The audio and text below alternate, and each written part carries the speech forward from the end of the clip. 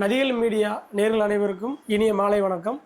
இன்று நம்முடன் இணைந்திருப்பவர் விடுதலை சிறுத்தை கட்சியின் சிவகிரி மண்ணின் களப்போராளி அன்பு அப்பா இசைக்கராஜ் அவர்கள். வணக்கம்ப்பா. வணக்கம் அண்ணா. எப்படி இருக்கிறீங்க? நல்லா இருக்கோம், நல்லா இருக்கிறேன்.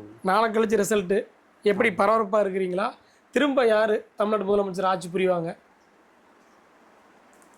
தற்போதைய முதல்வர் மு.க. ஸ்டாலின் அவர்களே மீண்டும் முதல்வராவதற்கு 100% வாய்ப்புள்ளது. உறுதி.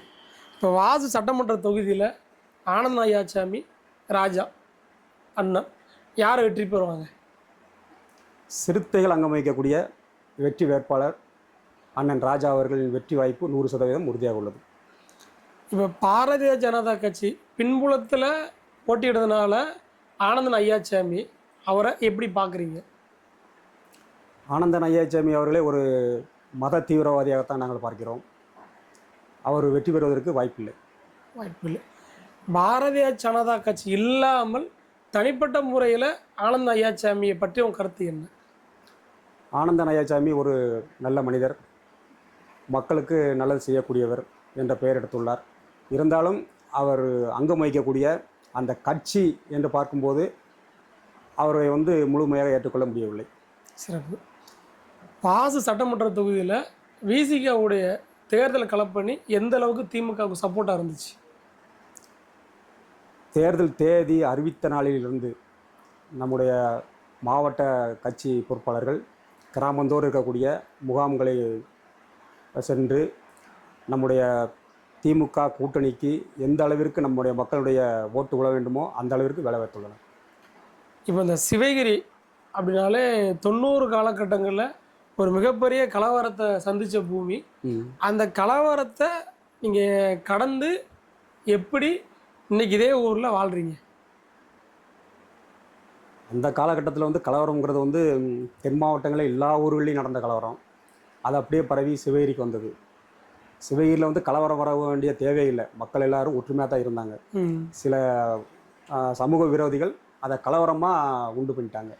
அந்த காலகட்டத்தில் சிவகிரி மக்களுக்கு, குறிப்பாக நீங்கள் சார்ந்துள்ள விசிகா மக்களுக்கு சப்போர்ட்டிவாக அப்போ யார் வந்தாங்க? ஏன்னா அப்போ விசிகா கட்டமைக்கப்படலை. அப்போ உங்களுக்கு உறுதியாக நின்னது யார்? அந்த காலகட்டத்தில் நாங்கள் அம்பேத்கர் நற்பணி மன்றம் ஆரம்பித்து தான் மக்களுக்கு நற்பணி செஞ்சோம். இந்த கலவரம் ஏற்பட்ட சூழ்நிலையில் தென் மாவட்டங்களில் இருக்கக்கூடிய அண்ணன் சாத்திய பாக்கியராஜ் அவர்கள் மக்களுக்கு ஆறுதல் சொல்லி, தெம்பு சொல்லி, நான் இருக்கிறேன், பார்த்து கொள்வோம் என்ற ஒரு ஆறுதல் சொன்னார். அது மக்களிடையே கொஞ்சம் ஒரு ஆறுதலாக இருந்தது. அதை தவிர்த்து மற்ற கட்சி, அனைத்து கட்சி பொறுப்பாளர்களும் மாநில நிர்வாகிகள் மக்களுக்கு ஆறுதல் சொன்னார்கள்.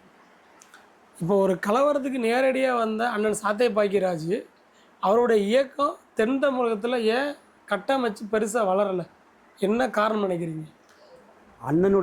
அண்ணன் சாத்திய பாக்கியராஜனுடைய செயல்பாடு நல்லா இருந்தது. அவருடைய மற்ற நிர்வாகிகள் கொஞ்சம் பொறுப்பாளர் சரியில்லை. அதனால தான் அவருடைய தோல்விக்கு காரணம். இப்போ நீங்கள் படிப்படியாக, ஏன்னா இதுக்கு முன்னால் உங்கள் அப்பா ஒரு அம்பேத்கர் நற்பணி மன்றத்தோட ஒரு பொறுப்பாளர், அதை பின்னால் நீங்களும் அதே நற்பணி மன்றத்தில் இருந்து அப்புறமா விசிகா படிப்படியாக எதற்கு இந்த மக்களுக்காக போராடணும் அப்படிங்கிற எண்ணம் உங்களுக்கு வந்துச்சு?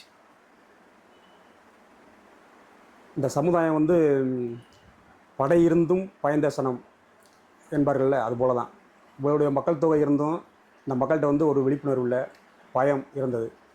இந்த பயத்தை போக்கணும் அப்படிங்கிறதுக்காக தான் விடுதலை சிறுத்தைகள் என்கிற ஒரு அமைப்பை இந்த ஊருக்குள்ளே நாங்கள் கொண்டு வந்தோம். விசிகாவை எந்த ஆண்டு நீங்கள் இங்கே அறிமுகப்படுத்தினீங்க?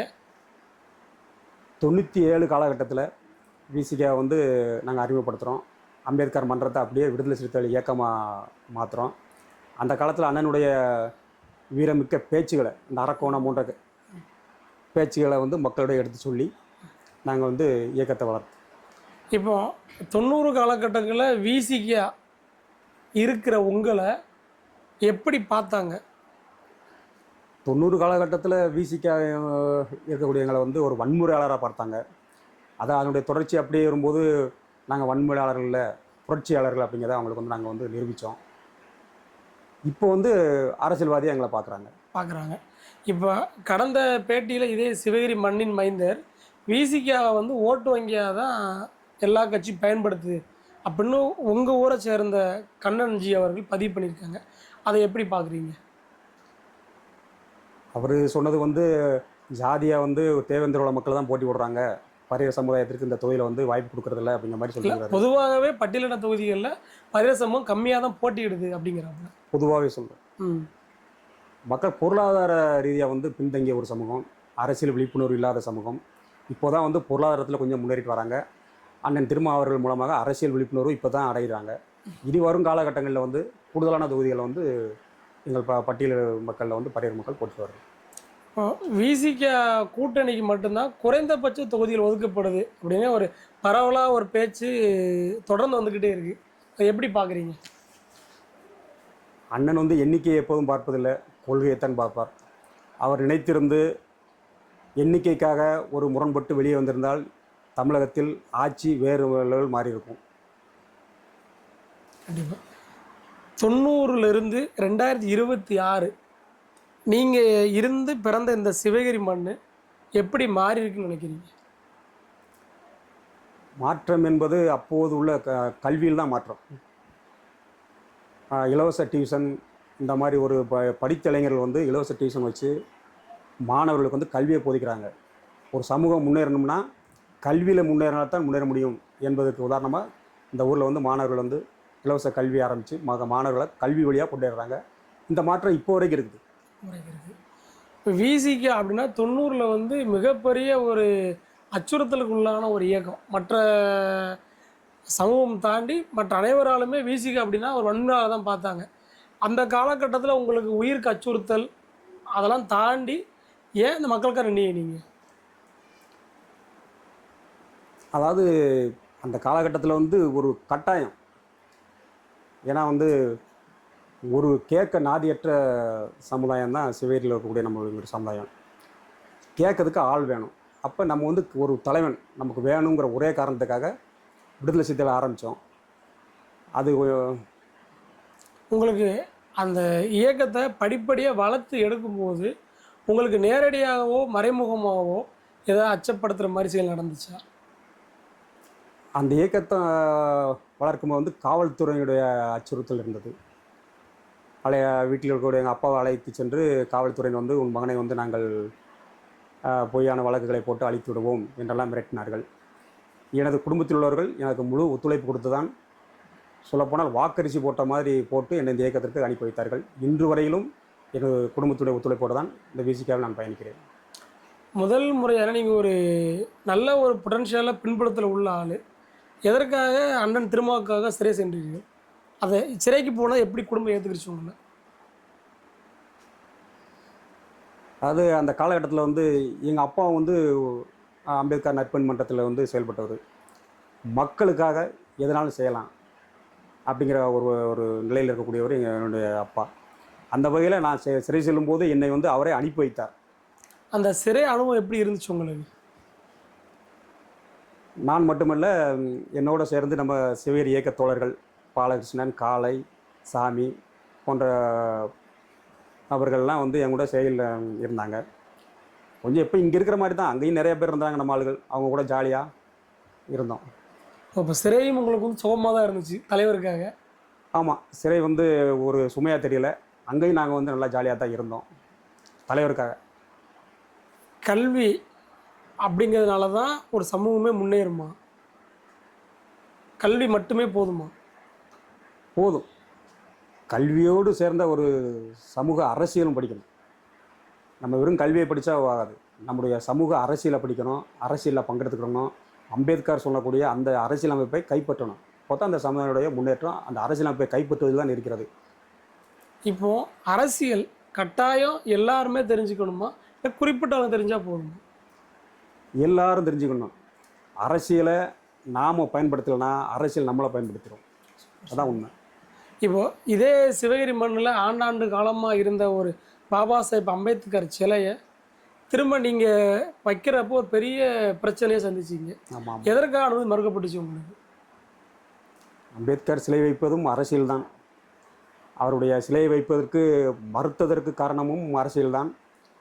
தற்போது தேர்தல் நேரம் என்பதால் அவரை வைப்பதற்கும் காரணமும் அரசியல்தான். இதை நாங்கள் வந்து சந்தோஷமாக ஏற்றுக்கொள்கிறோம். இப்போ தேர்தல் அறிவிக்கப்படலை அப்படின்னா பாபா சாஹிப் சிலை வைக்கிறதுக்கு இன்னும் கஷ்டப்பட்டிருப்பீங்க. அதான் உண்மை. கட்டாயமாக வைத்திருக்க வாய்ப்பே இல்லை. ஏன்னா எத்தனையோ முறை வந்து போராடி முடியவே முடியாது என்று சூழ்நிலையில் தான் நாங்கள் வந்து இருந்தோம். இந்த தேர்தல் காலகட்டம் என்பதால் கைகூடி வந்தது. ஒரு தேர்தலுக்கு நன்றி. அந்த சிலை வைக்க முடியலை அப்படிங்கிற ஒரு எதிர்ப்பை வந்து எப்படி மக்கள் வந்து காட்டுனாங்க? நம்ம மக்கள் வந்து எப்போவுமே வந்து டக்குன்னு ஒரு உணர்ச்சி வசப்படக்கூடியவங்க, உடனே ரோட்டை போய் மறிச்சிடணும் அந்த மாதிரி சூழ்நிலையெல்லாம் இருக்கக்கூடியவங்க. அந்த மாதிரி தான் மறியெல்லாம் பண்ணாங்க. ஏன்னா நம்ம மக்கள் வந்து தூண்டி விட்டால் போதும், போராட்ட குணம் வந்து இயற்கையாகவே நம்ம மக்கள்கிட்ட இருக்கிறனால அந்த மக்களை வந்து ஒரு சரியாக பயன்படுத்தினாங்க. நமக்கு அந்த போராட்டத்துக்கான வெற்றியும் கிடைச்சது, நம்ம சிலையும் வைக்கக்கூடிய சூழ்நிலை அமைஞ்சது. இப்போ அன்னைக்கு விசிகா இசைக்கராஜாவை பார்க்குற மற்ற கட்சிகள் இன்றைக்கி உங்களை எப்படி பார்க்குறாங்க? விசிகா இசைக்கராஜாவை, அது அதிமுகவாக இருக்கட்டும், பிஜேபியாக இருக்கட்டும், நாம் தமிழராக இருக்கட்டும், காங்கிரஸாக இருக்கட்டும், அதிமுகவாக இருக்கட்டும், இன்றைக்கி உங்களை எப்படி பார்க்குறாங்க ஒரு 2026? பிசிகாவையா என்னையா? விசிகா சார்ந்த இசைக்கராஜாவை. நான் இப்போ வந்து அரசு ஊழியராக இருக்கிறேன். விசிகா இசைக்கராஜா என்னை வந்து நான் இப்போ வந்து தொழிற்சங்கத்தில் இருக்கிறதுனால வந்து உள்ள அரசியல் என்னால் பண்ண முடியல. ஏன்னா வந்து இப்போ உள்ள அரசியல் வந்துட்டு ஜெயிலுக்கு போகணும், கேஸ் வாங்கணும், இந்த மாதிரி சூழ்நிலை தான் இருக்குது. நம்ம ஒரு அரசு பணி அப்படிங்கிறதுனால நான் அரசு ஊழியர் ஐக்கியப்பறையில் ஒரு மாவட்ட பொறுப்பு இருக்கிறேன். நான் சார்ந்த அரசு ஊழியர்களுக்கு பிரச்சனை என்றால் அங்கே வந்து விசிகா சார்பாக குரல் கொடுக்கக்கூடிய நிலையில் இருக்கிறேன்.